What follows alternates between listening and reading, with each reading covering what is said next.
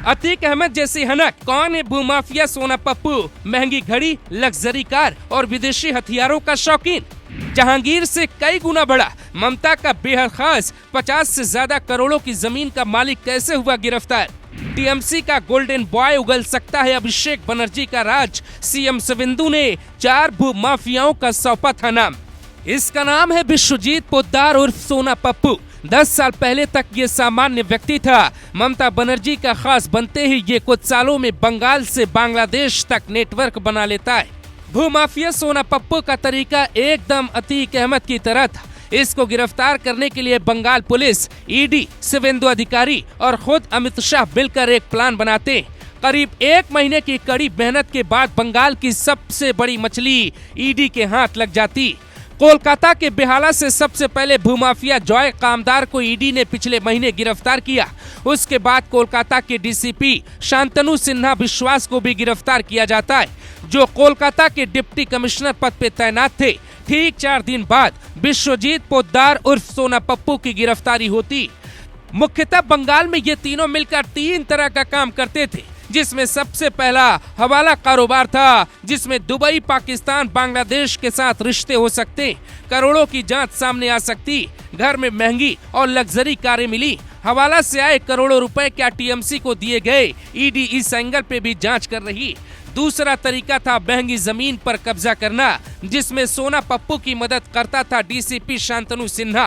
कोलकाता की जो महंगी जमीन खाली होती, उसको अतीक के स्टाइल में सोना पप्पू अपना बनाता। पीड़ित पुलिस के पास जाता तो डीसीपी शांतनु मैनेज कर लेता। ऐसे करते करते करीब 50 से ज्यादा महंगी जमीनों पर सोना पप्पू ने कब्जा जमा लिया। तीसरा तरीका ऐसा था जिससे करोड़ों की संपत्ति तैयार हो गई। आम लोगों से उगाही की गई। फिरौती और कटमनी का खेल ममता बनर्जी की सरकार में चलता रहा, जिसमें सिर्फ पोद्दार, डीसीपी और कामदार ही नहीं, बल्कि एक बड़ा गैंग काम करता था। सोना पप्पू ही गैंग का सरगना था, लेकिन आका कौन है, ये खुलासा भी चौंका सकता है। सफेद शर्ट में चलने वाला सोना पप्पू अभिषेक बनर्जी के जरिए ममता बनर्जी का खास बन जाता है। सत्ता का प्रयोग करते हुए वो बंगाल पुलिस तक अपनी पकड़ बनाता है।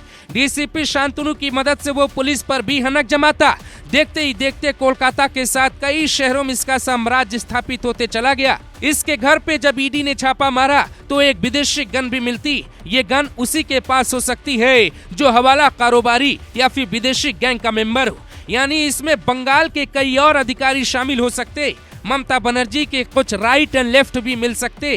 कामदार ने डीसीपी का नाम लिया और जब शिवेंदु की पुलिस ने डीसीपी को तोड़ा, उसने सोना पप्पू का नाम उगल दिया। अब अगर इसको 3rd डिग्री दिया जाता है, ये टीएमसी के किसी बड़े नेता का नाम कबूल कर सकता है, क्योंकि जिस खेल में पूरा सिस्टम और सरकार शामिल थी, उसमें कई बड़े चौंकाने वाले नाम भी हो सकते। 10 साल पहले पोद्दार एक छोटा प्यादा था, नया फिरौती किंग बना। 2015 में एक हिंसा का मास्टरमाइंड निकला। 2017 में सोना पप्पू पर हत्या का आरोप भी लगा, लेकिन पुलिस इसे हाथ नहीं लगा पाई। गिरफ्तार करने गई पुलिस तो इसने कहा, हमारा कनेक्शन नहीं जानते, लौट जाओ।